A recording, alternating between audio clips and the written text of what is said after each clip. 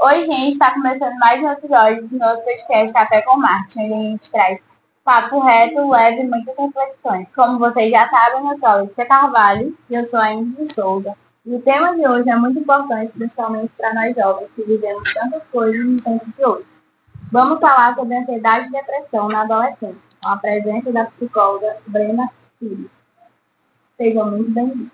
Obrigada, meninas. Bom dia. Como já foi apresentada, meu nome é Brena Pires, sou psicóloga, pós-graduanda em neuropsicologia, em intervenção para autismo e atualmente atuo no município no CAIS. Bom, doutora Brenda, para começar, a gente ouve muito falar sobre ansiedade hoje em dia, né? Mas o que é realmente a ansiedade de verdade?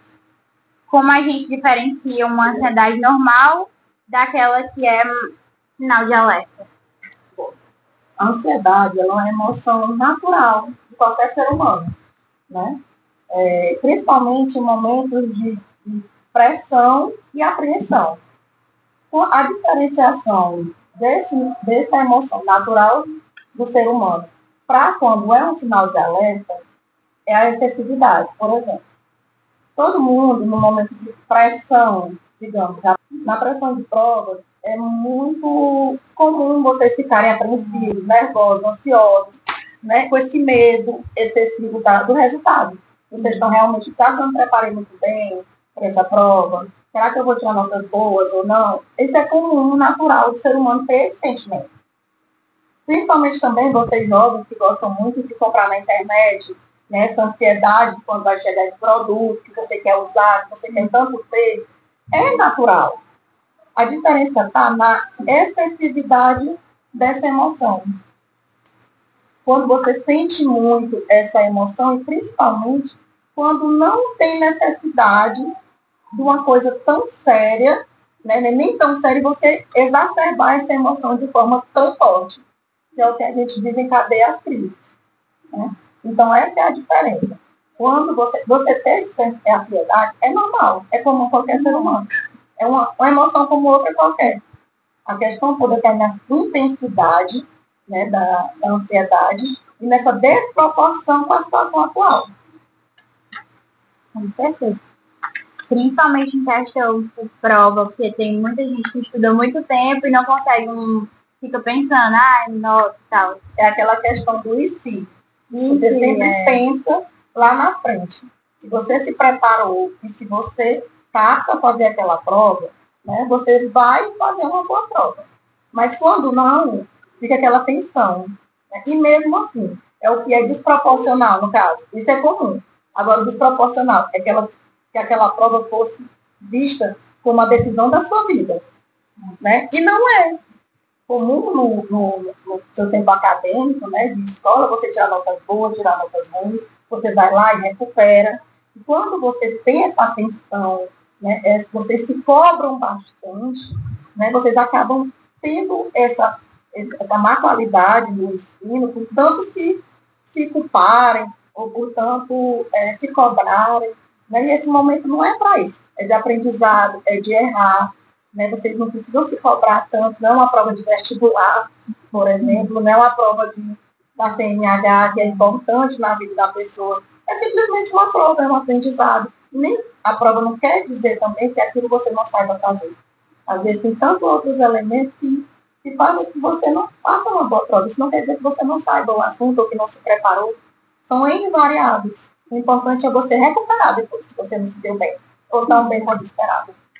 Tem pessoas que sentem essa ansiedade, né, como a senhora já falou, é normal, mas já acham que é um sintoma de depressão, ansiedade, se agrava. É como eu falei, a gente tem que estar sempre alerta, né, à questão dos sintomas. Porque essa questão exacerbada, o exagerado dos sintomas. Né? E aí é onde a gente tem esse alerta. Porque essa pessoa que ela já tem essa variável de sintomas, né, porque os sintomas vai diferenciar de pessoa para pessoa. Tem pessoa que já sente uma irritabilidade, uma falta de sono, né, uma dificuldade ao dormir, ou dorme demais, não tem vontade de fazer as coisas como fazia antigamente. Né? Já tem pessoas que têm crises muito sérias que vai bater no hospital, com sintomas de impacto cardíaco, sudorese, enjoo, tontura. Né? São sintomas mais graves, e aí quando a doença já está instalada. né? Os transtornos, na verdade, já está instalado. Então, o ideal é que eles tenham esse olhar de cuidado e atenção com esses sintomas gerais. Às vezes a gente sente coração acelerado. Uma angústia assim sem motivo, né? E não entende de onde vem. O que é que causa isso na nossa idade? Bom, a adolescência é comum, né? E, na verdade, é um turbilhão de hormônios e emoções e incertezas. Porque, na verdade, é um momento do meio da vida. Você não é mais criança e você ainda não é adolescente. Então, você fica se questionando muito sobre o futuro, sobre o que você quer ser, né? A autocobrança e a cobrança dos familiares também, a pressão da família também, faz com que vocês tenham essa crise de ansiedade, né? Nesse momento da vida de vocês. E é isso, essa regulação dos hormônios, essas incertezas, essa autocobrança. Às vezes vocês não têm esse despertar, assim, em consultórios, assim, mas quando você sente essa crise de ansiedade, aconteceu alguma coisa para desencadear aquilo? Não foi meu dia normal. Mas às vezes você que não percebe que houve uma chave, que houve um gatilho, né? E isso é importante ser identificado para o tratamento e até mesmo para o diagnóstico. E muitas das vezes, mais velho, né, como aquele tempo era bem mais diferente, fala assim, é frescura, isso é falta de tato, é drama, né? Como lidar com esse tipo de julgamento? Muito tempo, a psicologia ela se bateu com isso, né? A questão de ser uma profissão, né? Ou ser um adoecimento, né? Um patológico que não foi aceitável assim como qualquer outra doença, né? Você ter uma diabetes, por exemplo, você tem que tratar, medicar, como qualquer outra.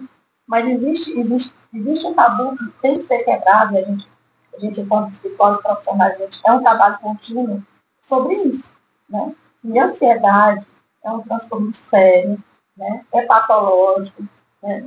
E tem que ser tratado e assim, a pessoa que tem ansiedade, tem esse transtorno, ela mesma deve ter vergonha de si, de aceitar que tem essa condição de saúde naquele momento, né?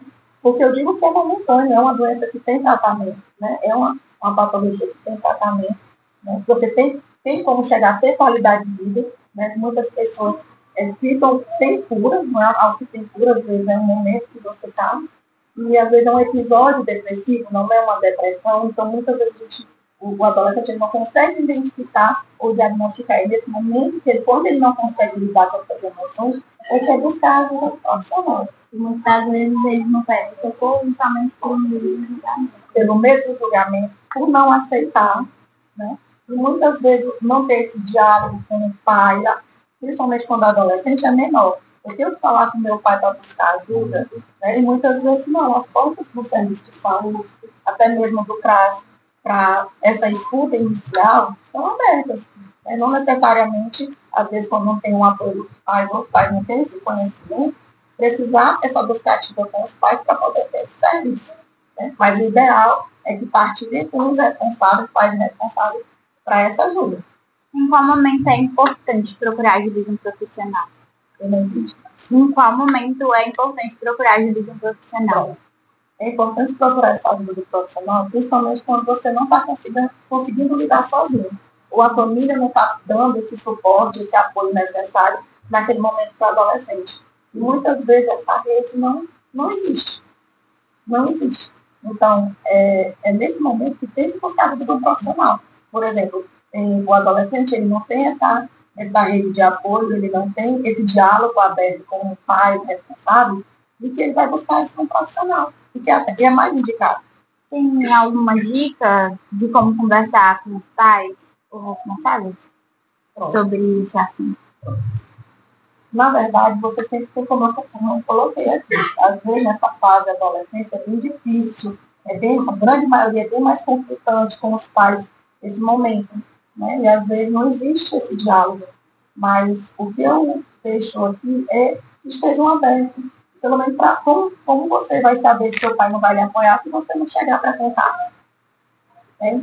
Como você está se sentindo, se você vai saber se vai ser acolhido ou não, se você vai precisar, se você vai ter aquele acolhimento na família, ou você vai precisar buscar esse acompanhamento profissional, né? E se você estiver em casa e ter um episódio de ansiedade, não ainda um transtorno instalado, aquilo pode ser resolvido ali. Mas quando você chega com o seu pai, com a sua mãe, e ele também não consegue lidar com isso, aí é o momento que ele vê a necessidade também de buscar ajuda no profissional. E falando sobre a questão da depressão, como a gente pode perceber que não é só tristeza da família?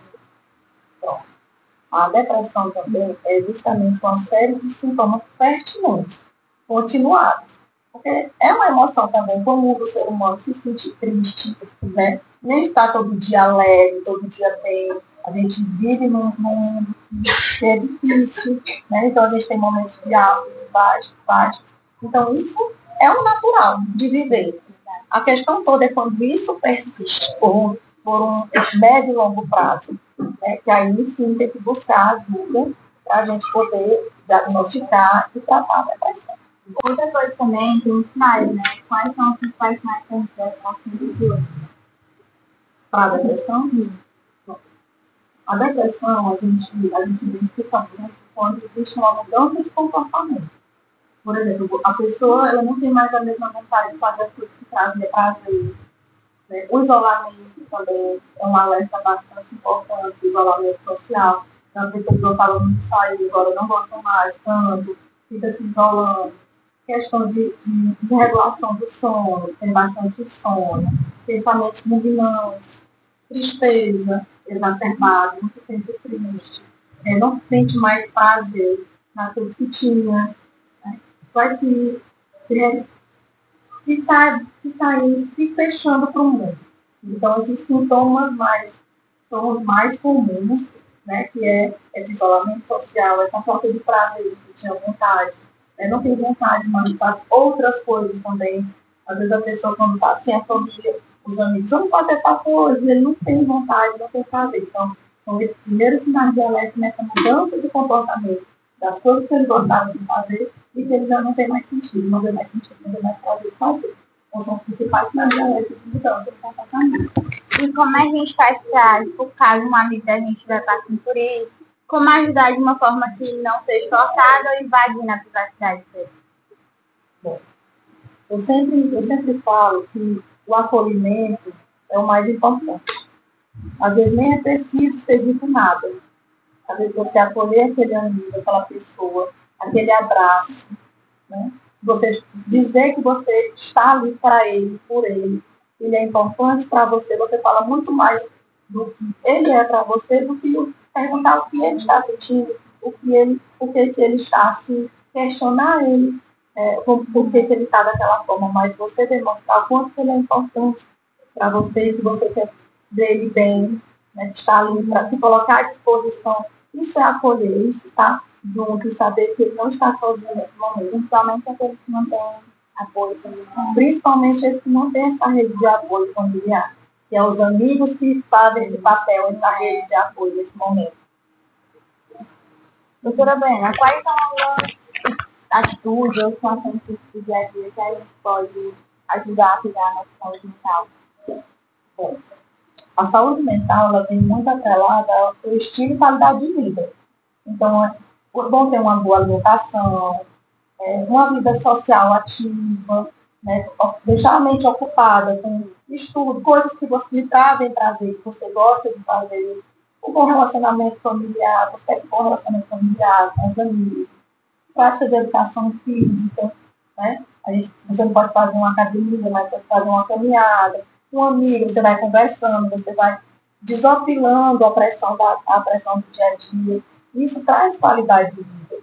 Então, buscar sempre esse equilíbrio entre a saúde biológica e a saúde psíquica, né? E essa qualidade de vida é o melhor caminho. E tem algo que a senhora gostaria de deixar como palavra final para quem está ouvindo e assistindo a gente que está passando por isso, que não ainda teve coragem de falar para alguém, em questão? Bom, o que eu quero deixar o meu recado é para os pais. Né? Apoie os seus filhos, procure dialogar mais com seus filhos, prestar atenção nesses sinais que foram colocados aqui na entrevista, né?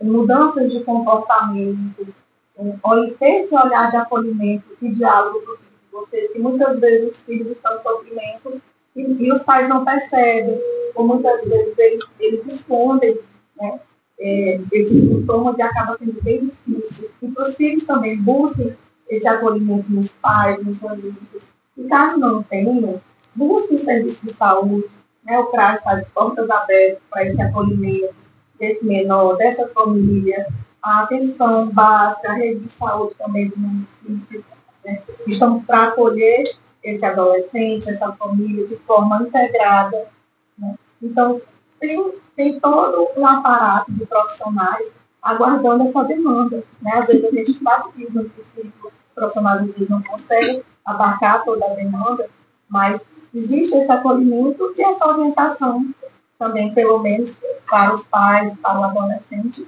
para buscar maior qualidade de vida, de saúde mental e física.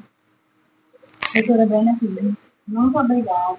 Nós de Café com Mar agradecemos pela sua presença, por esse bate-papo incrível, e por esses conselhos, com certeza, nós, então, jovens, adoramos esses conselhos. Eu que agradeço o convite, achei o máximo a ideia de vocês, bate-papo, gostei muito, espero ter contribuído e ajudado. Dou muito. E você que está ouvindo e assistindo a gente, lembre, você não está sozinho. Falar é sempre bom. Até o próximo episódio.